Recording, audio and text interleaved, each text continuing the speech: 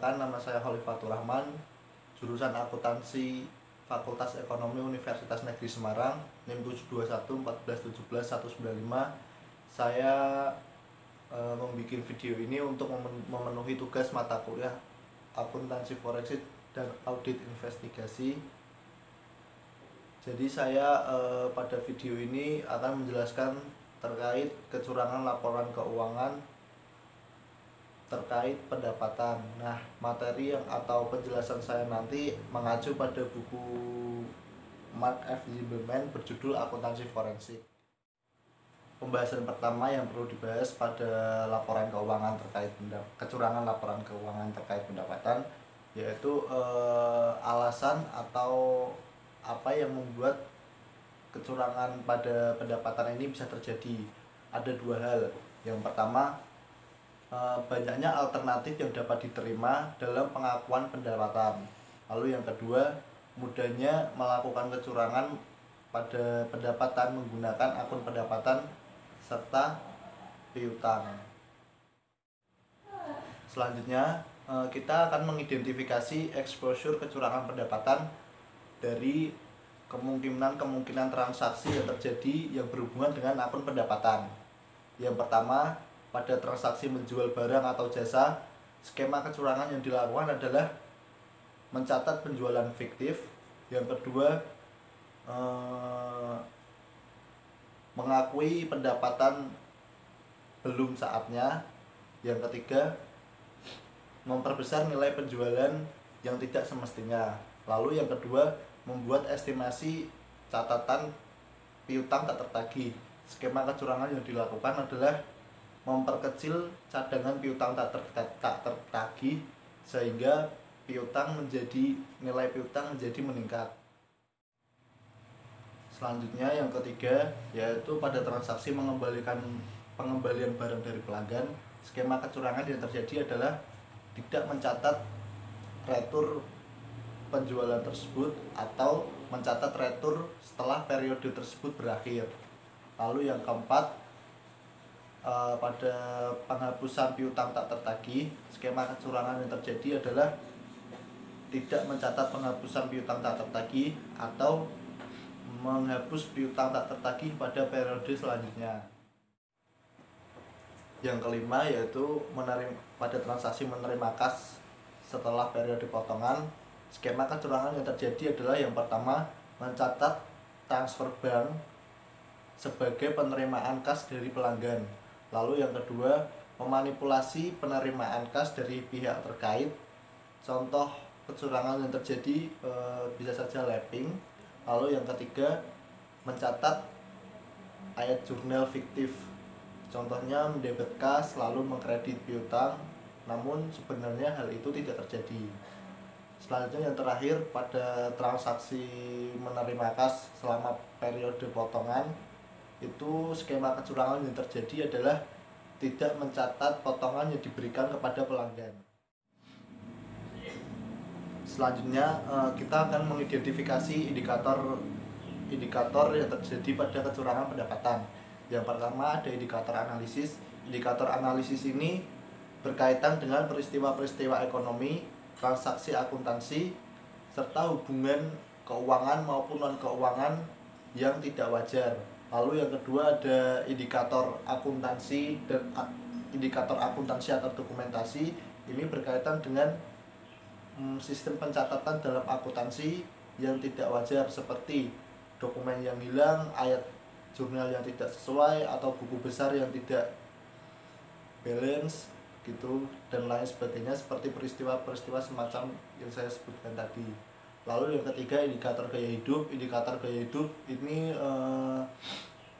berkaitan tentang gaya hidup dari pelaku kecurangan, karena pelaku kecurangan itu akan menggunakan uang dari hasil kecurangan tersebut. Jadi pelaku kecurangan itu cenderung tidak akan menyimpan hasil dari kecurangan tersebut. Jadi mereka akan membelanjakan apa yang sudah mereka dapatkan. Nah, itu dalam indikator gaya hidup berkaitan tentang hal tersebut. Selanjutnya kita akan mengidentifikasi indikator-indikator yang ada pada kecurangan pendapatan. Yang pertama, indikator analisis. Indikator analisis ini berkaitan dengan peristiwa-peristiwa ekonomi, transaksi akuntansi, hubungan keuangan dan non keuangan yang tidak wajar. Lalu yang kedua, indikator akuntansi atau dokumentasi. Ini berkaitan dengan ketidaksesuaian pencatatan pada sistem akuntansi, seperti dokumen yang hilang, ayat jurnal yang tidak sesuai, buku besar yang tidak balance, dan peristiwa-peristiwa semacam yang saya sebutkan tadi. Lalu yang ketiga, indikator gaya hidup. Indikator gaya hidup ini berkaitan dengan perilaku pelaku kecurangan. Jadi pelaku kecurangan itu cenderung tidak menyimpan hasil dari kecurangan yang dilakukan. Mereka akan menggunakan hasil tersebut karena ada tekanan yang mereka alami. Yang selanjutnya ada indikator pengendalian. Contoh dari indikator pengendalian ini adalah pengabaian atau tidak adanya pemisahan tugas yang signifikan. Jadi contohnya semisal pada akuntansi dan tugas akuntansi dan bendahara itu adalah tugas dari orang yang sama. Nah, ini merupakan contoh pengendalian yang memungkinkan terjadinya kecurangan. Gitu. Terus yang selanjutnya indikator perilaku atau indikator verbal. Ketika mereka melakukan kecurangan, mereka akan merasa bersalah, kemudian mendorong timbulnya stres. Jadi indikator perilaku itu mempelajari tentang perilaku pelaku kecurangan yang berubah. Gitu. Lalu yang terakhir ada indikator informasi dan pengaduan. Ini berkaitan dengan informasi yang didapat atau pengaduan dari seseorang yang mengetahui tentang terjadinya kecurangan pendapatan. Selanjutnya saya akan menyebutkan beberapa indikasi pada setiap indikator yang telah saya sebutkan tadi. Pada indikator pertama, indikator analisis, indikasi terjadinya kecurangan adalah yang pertama, penjualan atau pendapatan nilainya terlalu tinggi. Lalu yang kedua, potongan penjualan nilainya terlalu rendah. Lalu yang ketiga, retur penjualan nilainya terlalu rendah. Dan keempat, kas yang diterima terlalu kecil terkait dengan pendapatan. Lalu yang kelima adalah penjualan aset yang mirip dengan pembelian berikutnya yang nominalnya sama. Lalu yang kedua, pada indikasi yang terjadi pada indikator akuntansi atau dokumentasi.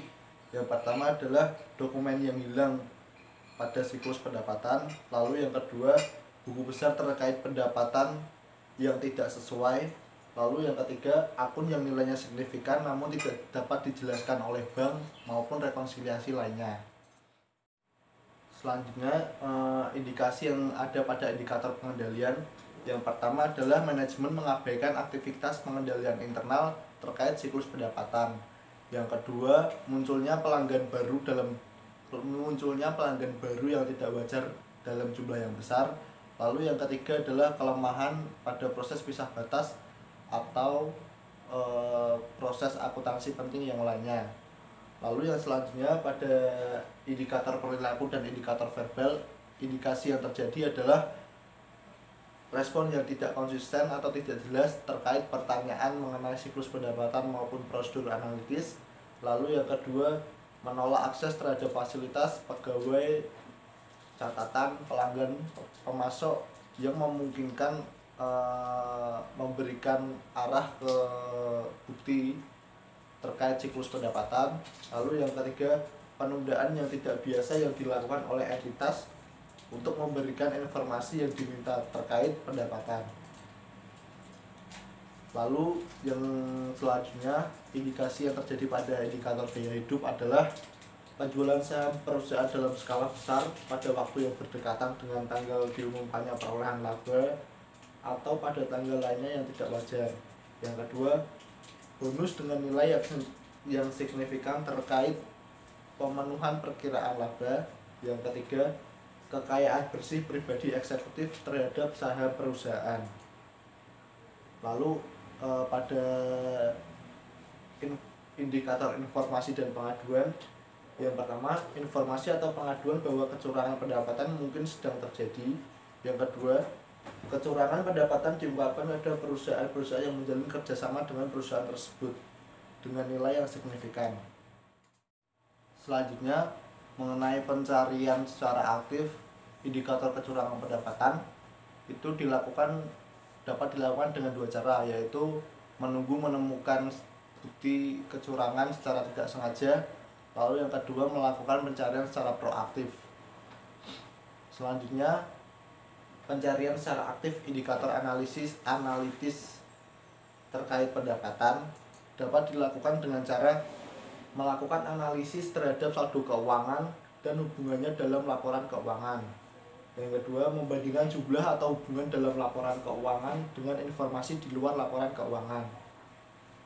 Yang ketiga, mencari hubungan yang tidak wajar dalam saldo akun dari periode ke periode dan sebagainya, seperti hal semacam yang saya sebutkan tadi. Lalu yang kedua, berfokus pada perubahan saldo akun yang tercatat dari periode ke periode dilakukan dengan cara berfokus pada menghitung perubahan angka yang sebenarnya terdapat dalam laporan itu sendiri. Yang kedua, menggunakan proses analisis horizontal.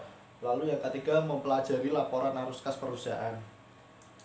Selanjutnya, berfokus pada perubahan saldo jumlah akun yang tercatat dari periode ke periode dilakukan dengan cara berfokus pada perubahan berbagai resiko yang terkait pendapatan dari periode satu ke periode yang lain. Lalu yang kedua, berfokus pada hubungan-hubungan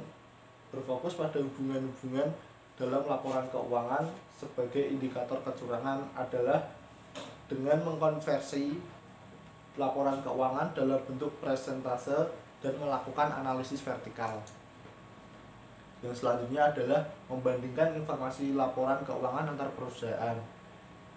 Kinerja yang berlawanan dengan perusahaan lain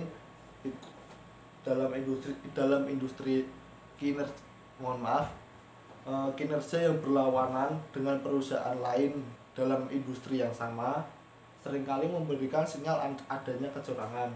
Perbandingan dengan perusahaan lain dapat dilakukan dengan analisis horizontal, analisis vertikal, analisis rasio, perubahan-perubahan yang dilaporkan dalam laporan keuangan, laporan arus kas, atau perubahan-perubahan pada angka yang ada di dalam laporan keuangan itu sendiri. Lalu selanjutnya, membandingkan jumlah dalam laporan keuangan dengan jumlah aset yang dipresentasikan. Pendekatan ini tidak dapat mendeteksi adanya kecurangan pendapatan sebagaimana mendeteksi kecurangan kas, persediaan, atau aset fisik lainnya. Secara umum, pendapatan yang berhubungan dengan aset fisik tidak dapat diperiksa, kecuali jika perusahaan menghasilkan pendapatan dari membangun aset yang melibatkan proyek konstruksi jangka panjang. Selanjutnya, pencarian secara aktif pada indikator akuntansi atau dokumentasi dapat dilakukan dengan cara melakukan posting satu atau lebih dari ayat jurnal secara langsung pada catatan akuntansi. Ayat jurnal ini seringkali tidak sesuai proses posting ayat jurnal yang seharusnya, sehingga mengabaikan adanya proses pengendalian internal. Yang selanjutnya, pencarian secara aktif pada indikator pengendalian, pengecualian pendalian dalam jumlah yang terbatas. Lalu yang kedua, lingkungan pengendalian. Yang selanjutnya, pencarian secara aktif pada indikator perilaku dan gaya hidup. Berdasarkan SAS 99, auditor laporan keuangan diwajibkan untuk melakukan wawancara pada pihak-pihak atau kelompok terkait kemungkinan adanya aktivitas kecurangan atau adanya indikasi kecurangan, yaitu yang pertama, manajemen, kedua, anggota komite audit, ketiga, personil audit internal, lalu yang keempat, pegawai-pegawai lainnya. Lalu yang terakhir, pencarian secara aktif pada indikator informasi dan pengaduan. Cara terbaik untuk melakukan pencarian informasi dan pengaduan adalah dengan membentuk ombudsman, saluran pengaduan atau sistem lainnya yang memungkinkan orang-orang dapat memberikan informasi terkait pengaduan kecurangan. Lalu yang kedua dengan sistem whistleblowing yang seringkali efektif untuk mendapatkan informasi dari orang-orang yang ragu dalam memberikan informasi mengenai kecurangan. Mungkin itu sekian dari saya, sedikit dari saya. Saya meminta maaf apabila ada kesalahan penyampaian atau kesalahan materi yang saya jelaskan. Mohon koreksi karena saya juga masih dalam tahap belajar. Terima kasih atas perhatiannya. Wassalamualaikum warahmatullahi wabarakatuh.